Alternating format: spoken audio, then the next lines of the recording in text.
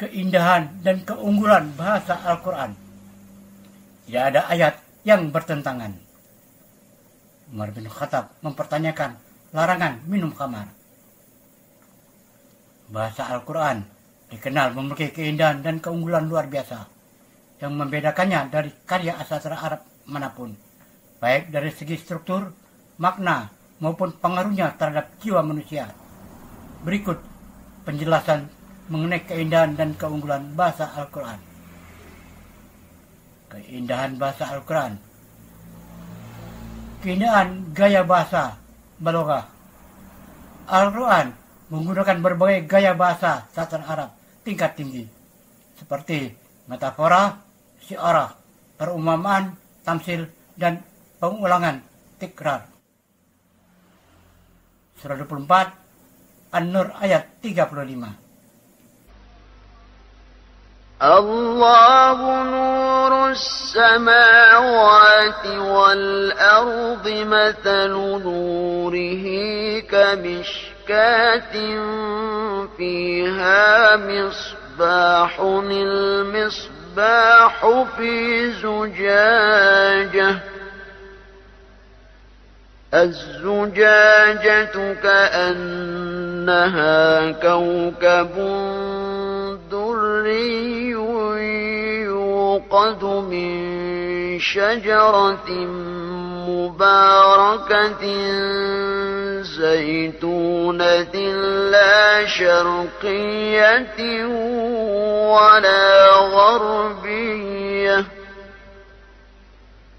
يكاد زيتها يضيء ولو لم تمسسه نار نور على نور يهدي الله لنوره من يشاء ويضرب الله الأمثال للناس والله بكل شيء عليم.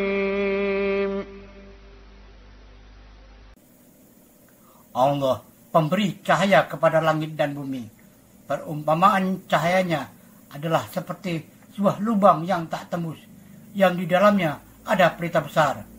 Pelita itu dalam kaca, dan kaca itu seakan-akan bintang yang bercahaya, seperti mutiara yang dinyalakan dengan minyak dari pohon yang banyak berkahnya, yaitu pohon zaitun yang tumbuh tidak di sebelah timur sesuatu dan tidak pula di sebelah baratnya, yang minyaknya saja hampir-hampir menerangi walaupun tidak disentuh api. Cahaya di atas cahaya berlapis-lapis. Allah membimbing kepada cahayanya siapa yang Dia kehendaki, dan Allah membuat perumpamaan bagi manusia, dan Allah Maha mengetahui segala sesuatu. Ayat ini mengandung simbolisme yang dalam dan menyentuh aspek spiritual. I'rab, tata bahasa yang sempurna. Susunan kalimat dalam Al-Quran sangat teratur dan harmonis. Mematuhi aturan tata bahasa Arab, nahwu dan syara' dengan sempurna, bahkan seringkali menampilkan keunikan struktur yang tidak tertandingi. Irama dan musikalitas. Ayat-ayat Al-Quran memiliki ritme dan keselasan bunyi yang khas, yang membuatnya enak didengar dan mudah dihafal, meskipun tanpa rima yang kaku. Inilah sebabnya mengapa banyak orang yang tersentuh hanya dengan mendengarkan bacaan ayat Al-Quran, meski mereka tidak memahami maknanya. Ketepatan diksi. Setiap kata yang digunakan dalam Al-Quran dipilih dengan sangat tepat dan penuh hikmah, tidak bisa diganti tanpa mengubah makna atau merusak keindahannya. Keunggulan bahasa Al-Quran, mukjizat yang abadi. Bahasa Al-Quran adalah mukjizat linguistik. Nabi Muhammad SAW hidup di masyarakat Arab yang sangat fasih dalam berpuisi dan bersastra. Namun, tidak ada satupun mereka yang mampu menandingi keindahan dan kekuatan bahasa Al-Quran. Surah 2 Al-Baqarah ayat 23. وَإِن كُنتُمْ فِي رَيْبٍ مِّمَّا نَزَّلْنَا عَلَىٰ عَبْدِنَا فَأْتُوا بِسُورَةٍ مِّن مِّثْلِهِ وَادْعُوا شُهَدَاءَكُم مِّن دُونِ اللَّهِ إِن كُنتُمْ صَادِقِينَ. Dan jika kamu tetap dalam keraguan tentang Al-Quran yang kami wahyukan kepada hamba kami Muhammad, buatlah satu surah saja yang semisal Al-Quran itu, dan ajaklah pedang-pedangmu selain Allah untuk ikut membuatnya, jika kamu orang-orang yang memang benar. Surah 17, Al-Isra ayat 88. قُلْ لَئِنِ اجْتَمَعَتِ الْإِنسُ وَالْجِنُّ عَلَىٰ أَن يَأْتُوا بِمِثْلِ هَٰذَا الْقُرْآنِ لَا يَأْتُونَ بِمِثْلِهِ وَلَوْ كَانَ بَعْضُهُمْ لِبَعْضٍ ظَهِيرًا. Katakanlah, sesungguhnya jika manusia dan jin berkumpul untuk membuat yang serupa Al-Quran ini, niscaya mereka tidak akan dapat membuat yang serupa dengan dia, sekalipun sebagian mereka menjadi pembantu bagi sebagian yang lain. Al-Quran memiliki gaya bahasa yang sangat tinggi, indah dan tidak tertandingi. Walau diturunkan dalam bahasa Arab, bahkan ahli sastra Arab pun tidak mampu membuat tandingan satu surah pun yang sebanding dengan Al-Quran. Sesuai makna konteks. Bahasa Al-Quran mampu menyampaikan makna yang luas dan dalam hanya dengan kalimat singkat. Setiap ayat bisa memiliki banyak tafsir dan tetap relevan sepanjang masa. Fleksibel namun konsisten.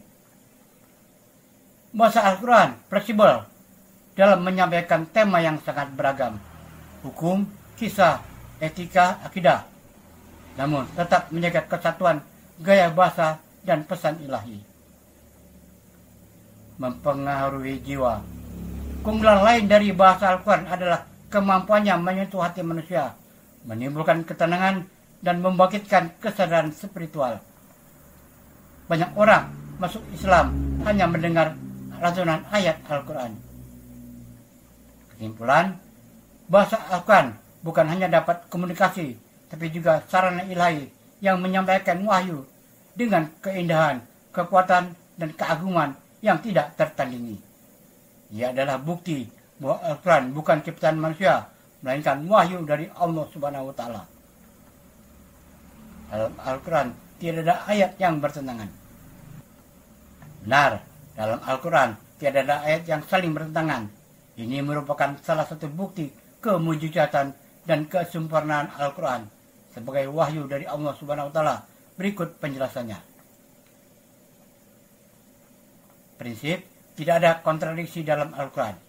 Allah Subhanahu wa Ta'ala sendiri menegaskan bahwa jika Al-Quran bukan berasal darinya, maka pasti akan ada pertentangan di dalamnya. Surah 4 An-Nisa ayat 82. أَفَلَا يَتَدَبَّرُونَ الْقُرْآنَ وَلَوْ كَانَ مِنْ عِنْدِ غَيْرِ اللَّهِ لَوَجَدُوا فِيهِ اخْتِلَافًا كَثِيرًا.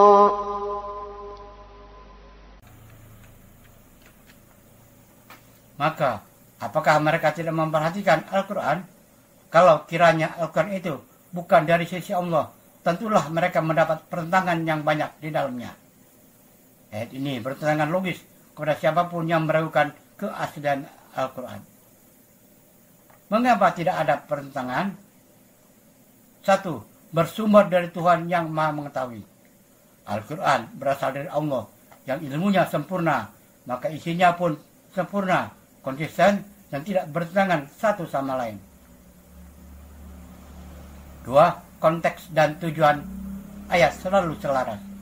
Meskipun topik dalam Al-Quran beragam, hukum, akidah, kisah, dan lain-lain, semuanya saling melengkapi dan tidak bertolak belakang. Jika ada kesan pertentangan, biasanya perbedaan konteks ayat, kesalahpahaman, atau penafsiran tidak menggabungkan seluruh ayat terkait dengan satu tema secara menyeluruh. 3. Ayat muhkamat dan mutasyabihat.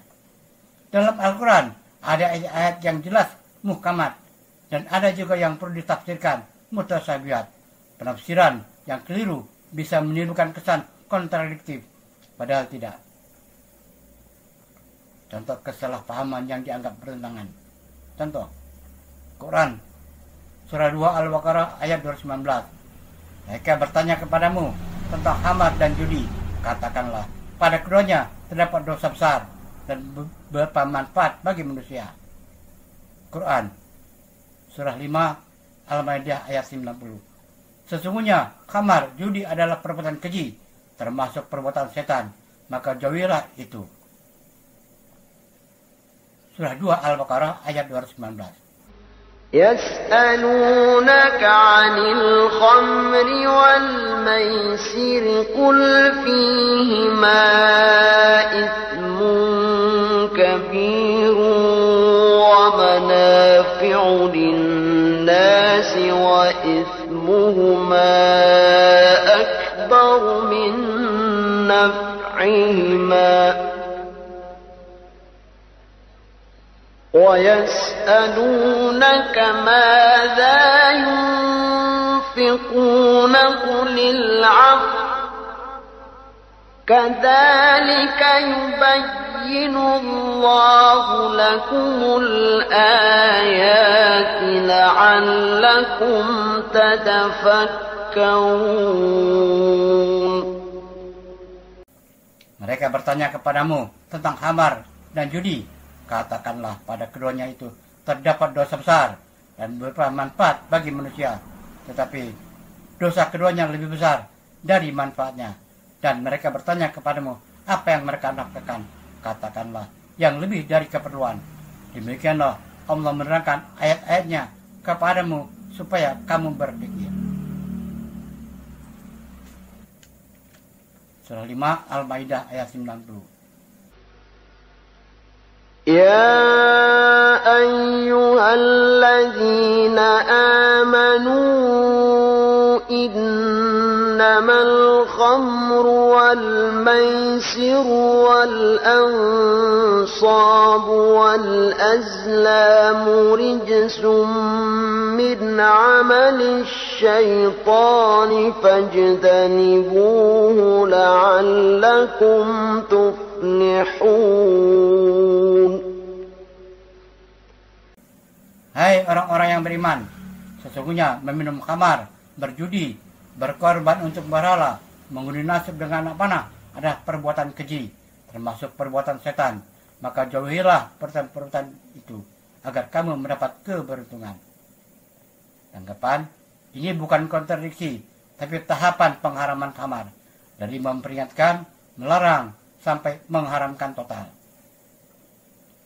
Ini menunjukkan kebijaksanaan wahyu yang turun bertahap sesuai kondisi masyarakat saat itu.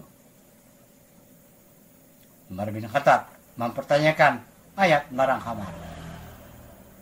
Umar bin Khattab radhiyallahu anhu, salah satu sahabat Nabi Muhammad SAW, khalifah kedua dalam Khulafaur Rasyidin, dikenal sebagai sosok yang tegas dan sangat peduli terhadap kemaslahatan umat Islam.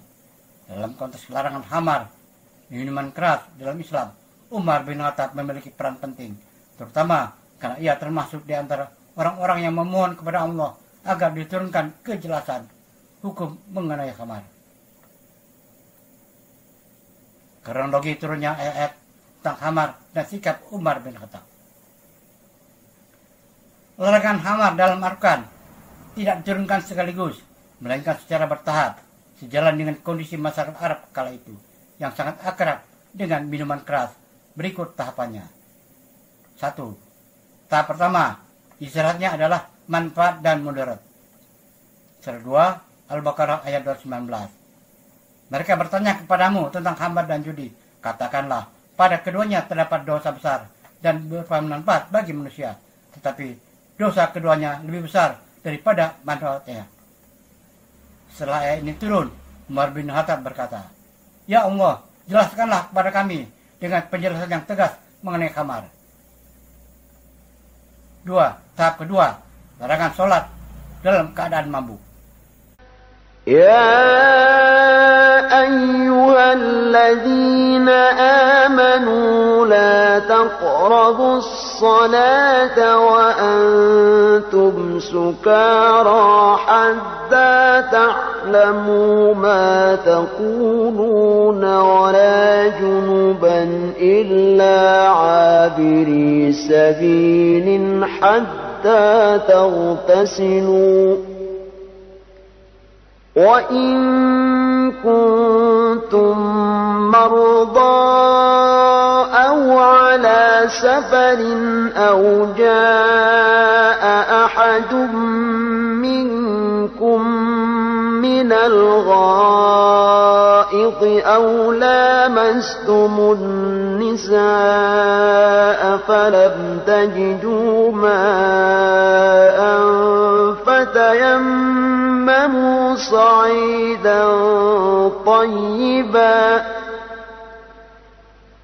فتيمموا صعيدا طيبا فامسحوا بوجوهكم وأيديكم إن الله كان عفوا غفورا. Hai orang-orang yang beriman, janganlah kamu sholat sedang kamu dalam keadaan mabuk, sehingga kamu mengerti apa yang kamu ucapkan. Jangan pula hampiri masjid sedang kamu dalam keadaan junub, terkecuali sekedar berlalu saja, sehingga kamu mandi. Dan jika kamu sakit atau sedang dalam musafir, maka kembalilah dari tempat buang air, atau kamu telah menyentuh perempuan, kemudian kamu tidak mendapatkan air, maka bertayamumlah kamu dengan tanah yang baik suci. Sapulah mukamu dan tanganmu. Sesungguhnya Allah Maha Pemaaf lagi Maha Pengampun. Setelah ayat ini, sebagian sahabat mulai mengurangi konsumsi khamar, tapi belum sepenuhnya meninggalkan.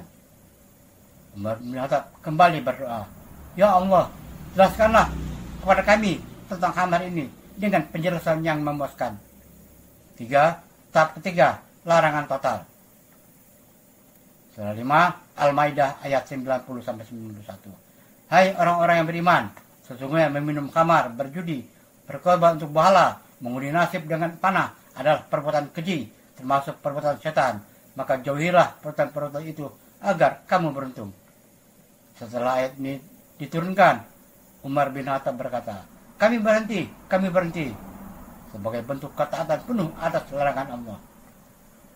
Kesimpulan, Umar bin Khattab tidak mempertanyakan larangan khamar dalam arti membangkang, tapi justru memohon kepada Allah agar diturunkan hukum yang tegas tentang khamar, karena ia menyadari bahayanya. Doanya menunjukkan semangat untuk menjauhi hal-hal yang meragukan dan mendekati ketakwaan. Perannya menunjukkan bahwa ia adalah sosok yang menginginkan kejelasan hukum demi kebaikan umat. Kesimpulan, tidak ada kontradiksi dalam Al-Quran, karena itu adalah wahyu dari Allah yang sempurna. Setiap ayat saling menjelaskan, melengkapi, dan membimbing manusia secara utuh.